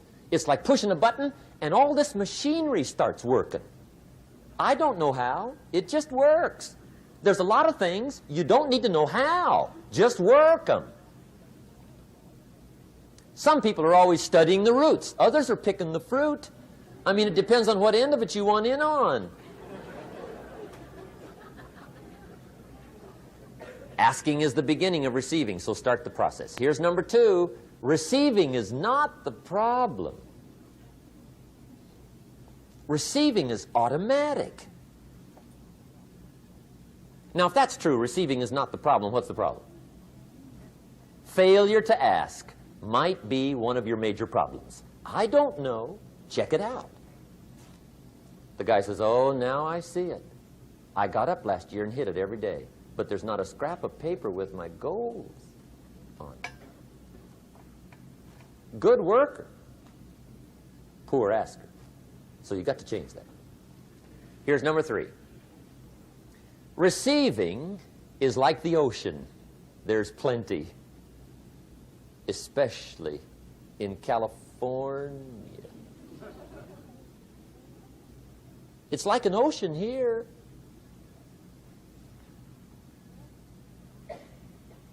Success is not in short supply. It isn't rationed, and you stepped up to the window and it was all gone. No, no, no. It's like an ocean here. Now, if that's true, what's the problem? Well, some people go to the ocean with a teaspoon. Have you got the picture? See, what you want to do in view of the size of the ocean is trade your teaspoon for at least a bucket, and you'll look better down at the ocean. Kids won't make fun of you, right? Okay. Now, there's 2 ways to ask, and we'll wrap up goal setting. 2 ways. Here's number 1. Ask with intelligence. It didn't say ask intelligently, but I'm sure it meant that. Don't mumble. You don't get anything by mumbling. Be clear. Be specific. Intelligent asking means how wide, how high, how soon, when, what size, what color, how much. Define what you want and describe what you want. That's powerful. In the weekend seminar we teach, goals become like a magnet. They pull you that direction. And the better you describe them, the more they pull. So ask intelligently. Here's number 2. Ask with faith. That's the childish part of the equation. Believe you can get what you want like a child. Not an adult. Adults are too skeptical. So the formula really reads, make plans like an adult and believe in them like a child. And the most incredible things will happen. Just try it for 90 days. Just try it. You can always go back to the old ways. Just try it. Just 90 days, 90 days. Now, here's the last qualifying phrase on goal setting, as we promised to qualify everything. And it simply goes like this. Remember, you won't get everything you want. And we've already studied the reason for that. Simply, sometimes it hails on your crop and rains on your parade. It's that kind of planet. So you won't get everything you want, but if you will work this goal-setting formula, you can get plenty for wealth and happiness. Okay, that's goal setting. We use it around the world. We recommend it. Now, maybe it won't work as well for you as it has for me. I don't know. Maybe not. But what if it did? You got to try. Okay. Here's the last subject, the day that turns your life around. Let me just quickly give you a list of 4 emotions that can change your life in one day. Emotions are powerful. Sometimes it doesn't take much to alter your whole life direction.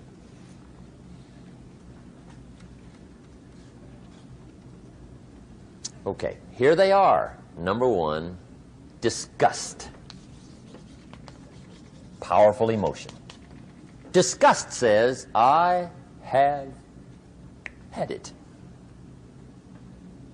See, that could be the day. The day you can say, I've had it. And whether you've had it with something small or something major, the day you can say, I've had it, may not be the day it ends, but the day it begins. That's what I said when that little Girl Scout left my door when I'm 25. I give her the big lie, she leaves, I say, I don't want to live like this anymore. I've had it with lying and being broke. Powerful day. The man's finally had it with mediocrity. He's had it with being a loser. He's finally had it with those awful sick feelings inside, knowing his wife is at the grocery store looking at 2 cans of beans, one marked 37 cents, one marked 39 cents. And the guy sick inside knows his wife's going to buy the 37-cent can, and she doesn't even like the brand. Do you know why she's going to buy the 37-cent can? To save 2 cents. The guy sick inside finally says, I've had it. Being on my knees in the dust looking for pennies? We're not living like this anymore.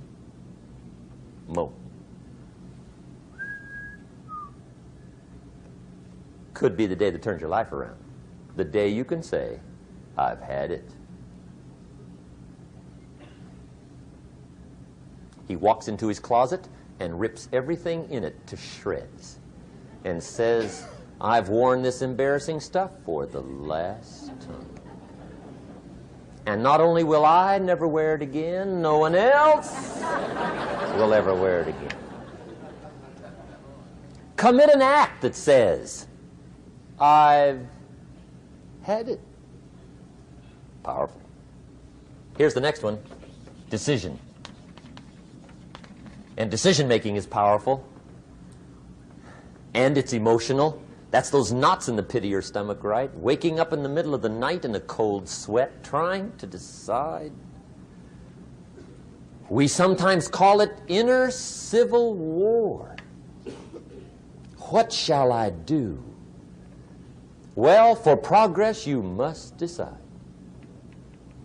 The best advice I can give you came from a wealthy friend of mine who said, if it's easy, do it easy. If it's hard, do it hard. Just get it done. If you went home tonight and in the next few days cleaned up a whole list of decisions, that might furnish enough inspiration for the next 10 years. I found this out many times after you've decided. Getting on with it is easier than deciding. Sometimes decision is the toughest part. Here's the next emotion, desire, wanting to bad enough. And I don't know how to tell you to want to. That's something you've got to come up with. There's 2 things I know about desire. Number 1, it comes from inside, not outside. You don't send off for it. Number 2, I know desire can be triggered by something. Who knows what it might be? Sometimes desire waits and sleeps for something to happen. Maybe it's a book, maybe it's a song, maybe it's a sermon, maybe it's a lecture, a seminar, maybe it's the conversation of a friend, a happening, an event. Who knows? The best advice I can give you is what I give my staff. It goes like this: welcome every human experience. You never know which one is going to turn it all on. even the bad experiences. Sometimes from the bitterest experience comes the greatest awakening. So let down the barriers, take down the walls. The same wall that keeps out disappointment keeps out happiness. Let life touch you. Don't let it kill you, but let it touch you. Here's the last one. This one's powerful. Resolve. Resolve says, I will. Two of the most powerful words in the language. I will. Benjamin Disraeli once said, nothing can resist a human will that will stake even its existence on the extent of its purpose. Shortly put, I'll do it or die. See, that's powerful. That could be the day that turns your life around. The world has a strange way of stepping aside when somebody says, I'll do it or die. The man says, I will climb the mountain. They've told me it's too high, it's too far, it's too rocky, it's too difficult, it's never been done before, but it's my mountain, I will climb it. Pretty soon you'll see me waving from the top. Or dead on the side, because I ain't coming back.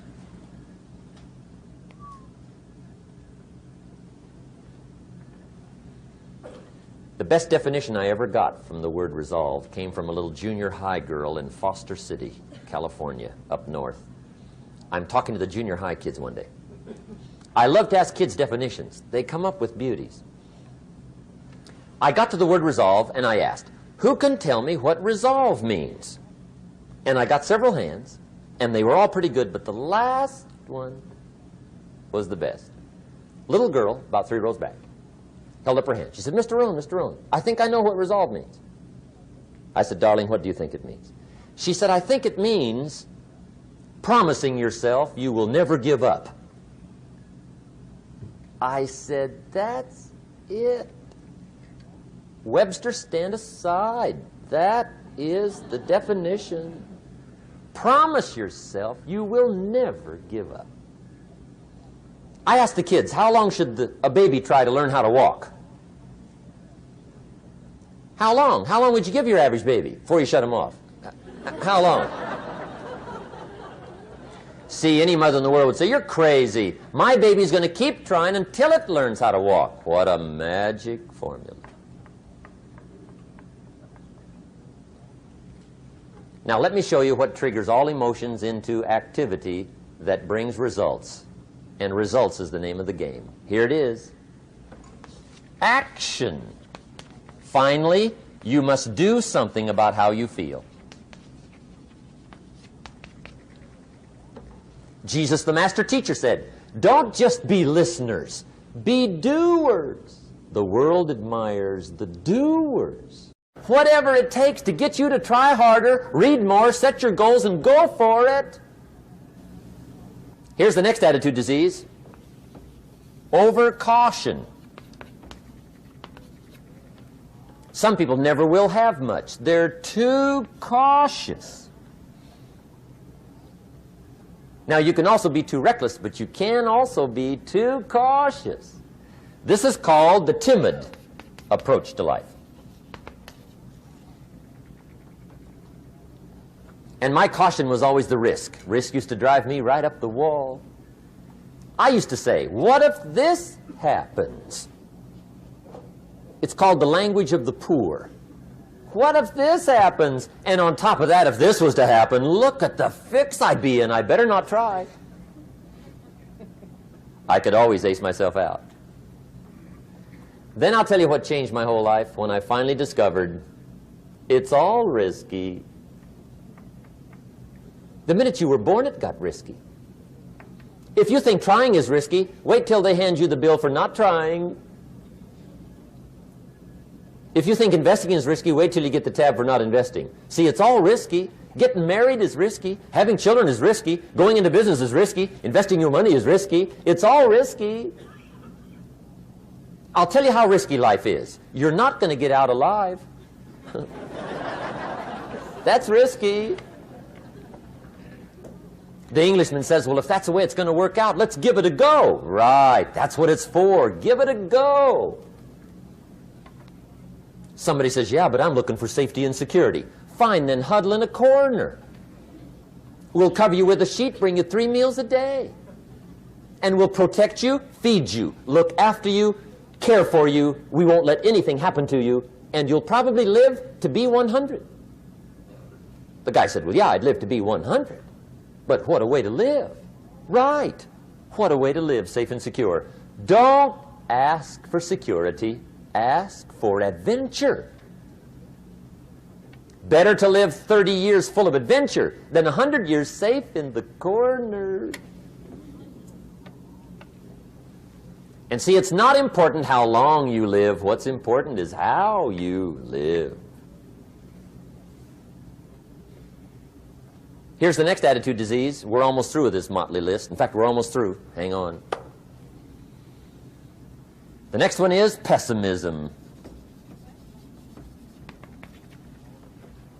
Pessimism, the deadly disease of always looking on the bad side, the problem side, the difficult side, checking all the reasons why it can't be done.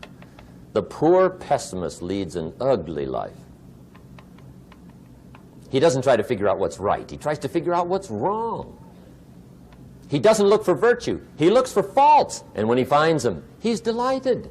How ugly. This is the poor guy who looks through the window, doesn't see the sunset. He sees the specks on the window.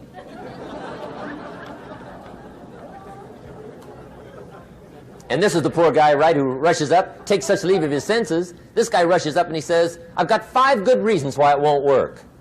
He's so dumb he doesn't know. All he needs 1. He's got 5.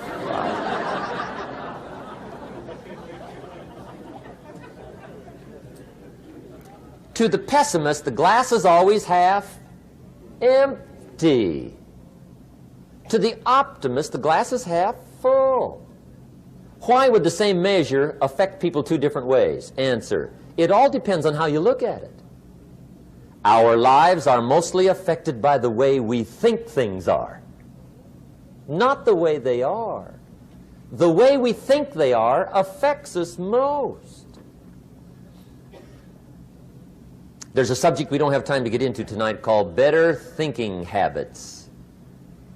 One of the major things Shove taught me when I met him, he said, poor thinking habits keeps most people poor. Not poor working habits. Most people work hard, but they don't think hard. And Shove taught me that the mind is like a factory, a mental factory. And whatever you think about all day long pours ingredients into this mental factory. And that's what builds the economic, social, financial fabric of your life. He quoted me a Bible phrase that says, as you think, so you become. How awesome. When he talked about poor thinking habits, he had me. I used to start the day reading the morning newspaper. I mean, you can believe that or not. I'd get a cup of coffee and read the paper. I'd load up on wars and riots and murders and stabbings and killings and bank robberies and muggings and car wrecks and tragedies. I'd even read the back pages. I seem to like that stuff for some weird reason. I'd load up on all that, and then I'd start the day. You can imagine the kind of days I used to have. You walk around on your financial knees. They call you economic peewee.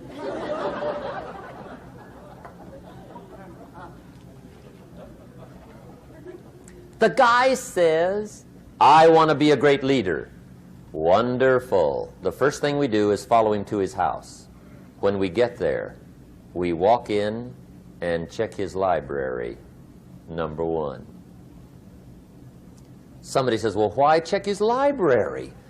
The reason is because what a man reads pours massive ingredients into his mental factory, and the fabric of his life is built from those ingredients. You would not believe what some people have got in their house to read. You would not believe.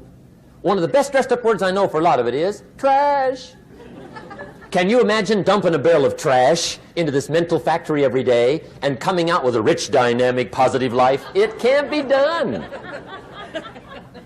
You might as well try making a cake with cement. The kids back in Danbury, Connecticut, high school, they're asking me questions one day. I'm talking to the kids. Kids got good questions these days. One of them said to me, Mr. Rohn, how do you build the good life? I said, it's simple. It's not easy, but it's simple.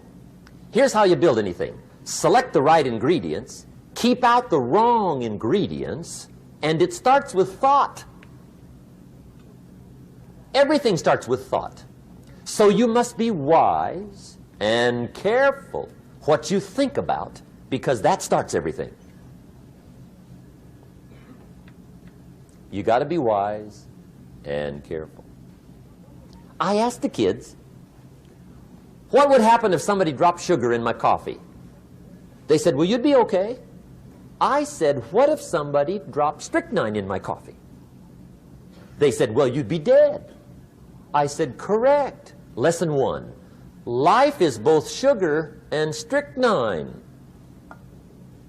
You gotta be careful. I said, what if my worst enemy drops in the sugar? They said, will you be okay?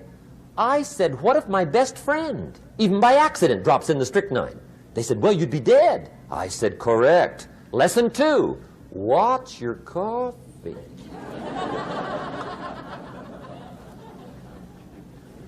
You got to be careful. See, it doesn't matter who hands you the bad stuff.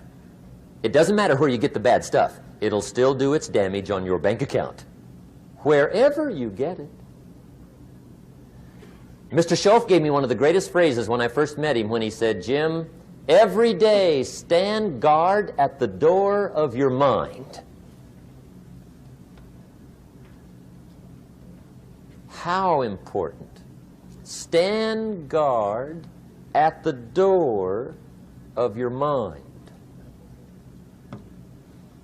And you decide what goes into your mental factory. Don't let anybody just dump anything they want to in your mental factory, because you've got to live with the results. Okay, here's the last disease, and we're through with this list. In fact, we're almost through. Hang on. The last subject is very brief. The last disease, but this one is deadly. Engage in this one, indulge in it even slightly, and you might as well forget the future, because it's going to forget you. Complaining, crying, whining, griping, a Bible word called murmuring. See, that'll ace your future. Spend 5 minutes complaining, and you have wasted 5. And you may have begun what's known as economic cancer of the bone. Surely they will soon haul you off into a financial desert and there let you choke on the dust of your own regret. I hope I said that well, so you won't forget. It's a deadly disease. If you don't think it's bad, ask the children of Israel of Old Testament fame. Typical of us all, their story just happened to get in the book. Story says, children of Israel were slaves. God performed a series of dazzling miracles and got them out. And now they're heading for the promised land. Remember the story? Heading for the promised land. Tragedy of the story, they never got there. Reason. From day one, they started to complain. They griped about the water. They griped about the weather. They whined and cried and griped about the food. They griped about the leadership. They whined and cried because it was too far, too cold, too hot, too difficult, too miserable. I mean, they whined and cried for years. Finally, God said, I've had it, trip canceled. Or something like that. The story says they died in the desert, never got to the promised land. Which I think means two things. Indulge in this long enough, you get your future canceled. And I guess it also means even God himself can only take so much.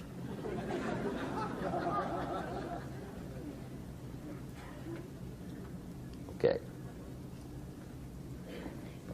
Just be on the lookout of the things that can destroy all the good you start. The war is on.